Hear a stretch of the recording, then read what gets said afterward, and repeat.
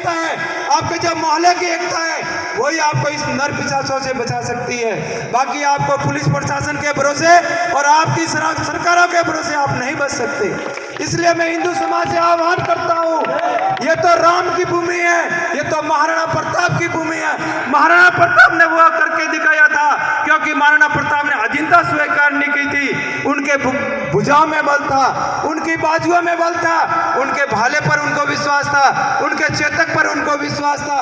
ऐसा का ऐसा छत्रपति शिवाजी ने किया, स्वामी भक्तवीर दुर्गादास ने किया, झांसी की रानी लक्ष्मीबाई ने किया।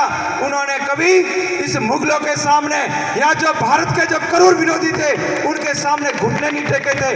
आप तो उनकी संतान हो, आपके अंदर जो उबलता हुआ खून है, आप घर घर में जाइए, आप गली गली में जाइए, इस समाज से, जाति प्रथा से आप ऊपर उठिए। जब बांग्लादेश के अंदर हिंदुओं का नरसंहार हुआ तो वह ये नहीं पूछा गया कि आप ब्राह्मण हो या आप माली हो या आप घासी हो या आप तेली हो, या उन्होंने कोई जाति नहीं पूछी। जहाँ जहाँ उसने हिंदू को देखा था उन्हें कत्लेआम कर दिया, जहाँ जहाँ उसने हिंदू को देखा उनका घर जला दिया, हिंदू बहन बेटी को उसने उल्टा लटका के मार दिया। आपके लोग देखते रह गए, उनके घर में कुत्ता है तो कुत्ते को भगाने के लिए कोई लाठी नहीं थी, उसके पास में कोई हथियार नहीं था, उसके पास में बोलने के लिए कोई ताकत नहीं थी, तो वो लूटे गए, वो मारे गए। और ये हिंदू समाज देखता रहा। और ये आज नहीं हुआ, ये बार बार होता रहा। ये केरला में हुआ, ये पश्चिमी बंगाल में हुआ, ये भारत के अनेक अनेक राज्यों में हो रहा है। आप समझते होंगे कि ये तो बंगाल में आग लगी है, वो तो कश्मीर में आग लगी है। ये आग लगते लगते अपने घर में भी आएगी और उसी दिन अपना भी यही हाल होगा जो आज आप देख रहे हो। आज आप कश्मीर की फाइल देख रहे हो और आने वाला समय अपनी फाइल देखेगा। क्योंकि अगर आपने आने वाले टाइम में अगर तैयारियां नहीं की, अगर आपने शास्त्र और शास्त्र का दोनों का ज्ञान नहीं लिया और सिर्फ आप व्यापार की तरफ आगे बढ़ गए, आपके व्यापार एक दिन उजड़ जाएंगे, आपकी एक गलियां उजड़ जाएगी, आपके घरों में आग लगाई दी जाएगी, आपके हाथ पांव बांध करके आपकी बेटियों के आपके सामने दुष्कर्म कर दिया जाएगा।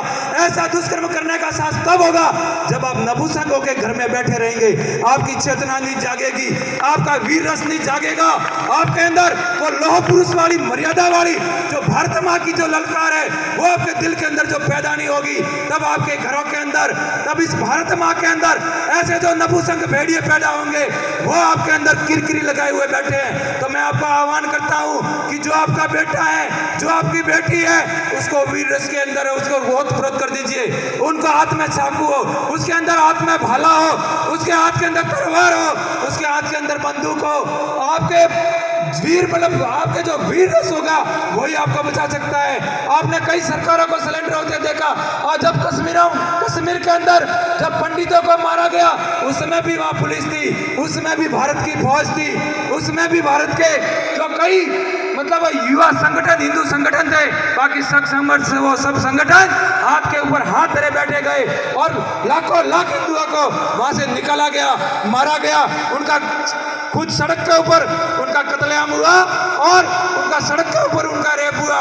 तब भी ये सनातन की संस्कृति ऐसी थी, आप जब लूटते हो पीटते हो तब आप 2 दिन के लिए जागते हो, और कई बार तो जगाना पड़ता है, आपसे विनती करनी पड़ती है कि बांग्लादेश में हिंदुओं के साथ में ऐसा हुआ है, इसलिए आप सिरें बंद कीजिए।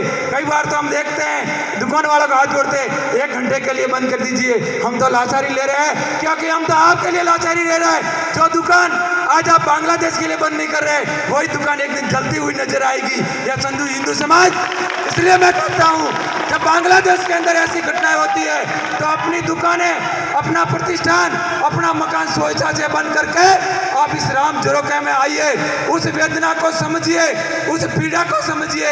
ये दुख आखिर हिंदू को क्या झेलना पड़ता है। जब जब भी हिंदू प्रताड़ित होता है, जब जब भी समाज में ऐसी कोई घोर अन्याय होता है तो बहन बेटियों को जिंदा क्यों जलाया जाता है, या हिंदू समाज के घरों को जिंदा क्यों जलाया जाता है। इस वेदना को आपको समझना पड़ेगा। इस वेदना को समझने के साथ में आज से लेकर 1000 साल की आपको एक तैयारी करनी पड़ेगी, और इतनी मजबूत तैयारी करनी पड़ेगी कि हर घर के अंदर योद्धा पैदा हो, हर घर के अंदर रानी दुर्गावती पैदा हो, हर घर के अंदर रानी लक्ष्मीबाई पैदा हो, जो खुद की रक्षा खुद कर सके और दूसरों की भी रक्षा के लिए वो प्रेरणा का एक स्रोत बन सके, जिसके हाथ में ऐसी ताकत हो जाए कि वो हजारों से लड़ पड़े, ऐसी हिम्मत आपके भाई के अंदर हो। तो मैं आपको कहना चाहता हूँ, आप किसी के भरोसे मत रहना कि ये भारत की फौज, देखो भारत की फौज तो दिव्य है, हर देश की फौज दिव्य है। मैं फौजियों को तो सलाम करता हूँ, शहीदों को सलाम करता हूँ कि आपकी फौज भी कहाँ आएगी, आपकी पुलिस भी कहाँ आएगी। इसलिए आपको हर घर का प्रत्येक व्यक्ति फौजी बनना पड़ेगा, प्रत्येक समाज का व्यक्ति, प्रत्येक घर का व्यक्ति आपको पुलिस और हवलदार बनना पड़ेगा, प्रत्येक को रानी लक्ष्मीबाई और रानी दुर्गा का रूप लेना पड़ेगा। मैं एक लास्ट में एक और आह्वान करता हूं कि ये जो बातें हैं सिर्फ भाषण नहीं है, मैं आपके बच्चों के रक्षा के सूत्र दे रहा हूं। अगर आपकी पीढ़ियों को आप जीवित देखना चाहते हो, आपके मकानों को और आपके फूलों को, बगीचे को आप हमेशा अमर देखना चाहते हो, तो अपनी पीढ़ी को सूरवीर तैयार कीजिए और वो खुद की रक्षा खुद करे, ऐसा उसको मंत्र देकर तैयार कीजिए। भारत माता की, भारत माता की जय, जय श्री राम, जय श्री राम, जय जय श्री राम, जय श्री राम। ये आक्रोश रैली तो आज पूरी हो जाएगी, आपका ज्ञापन भी पूरा हो जाएगा। बाकी मैं आपको यह कहना चाहता हूं कि जितने भी जो लोग आसपास में जो खड़े हैं, इसको मैं एक बार पुनः निवेदन करके अब बैठने का मैं आग्रह कर रहा हूं। यह रैली तो खत्म हो जाएगी, आपका ज्ञापन भी राष्ट्रपति जी या प्रधानमंत्री जी तक पहुंच जाएगा। बाकी आपकी रक्षा के लिए आपकी गली में, आपके समाज में, आपके घर में ऐसी बैठकें हो और आने वाले समय के अंदर अपन अपने परिवार की, समाज की, गली की, गांव की रक्षा कैसे करें, इसका एक सुनियोजित आयोजन और एक पक्का एक ऐसा काम किया जाए ताकि 1000 साल तक हिंदू और अपनी बहन बेटी, अपनी गौ माता और ये अपनी जो धरती है, जो अपना वतन जो सुरक्षित रह सके। मैं सभी युवाओं से आह्वान करूंगा कि आप छोटी मोटी चीजों को भूलकर, अपने गलियों के जो छोटे मोटे झगड़े होते अपनी जाति पातियों को भूलकर, समझ सनातन के नाम पर आप एक होकर के अपने गांव और गरीब की रक्षा के लिए एक ऐसा सुनिश्चित एक संगठन तैयार कीजिए जो खुद की रक्षा भी कर सके और दूसरों की रक्षा के लिए भी अपना बलिदान देते हुए वो संगठन बाहर निकल सके। ऐसा एक योजना करके आप सभी से मैं आह्वान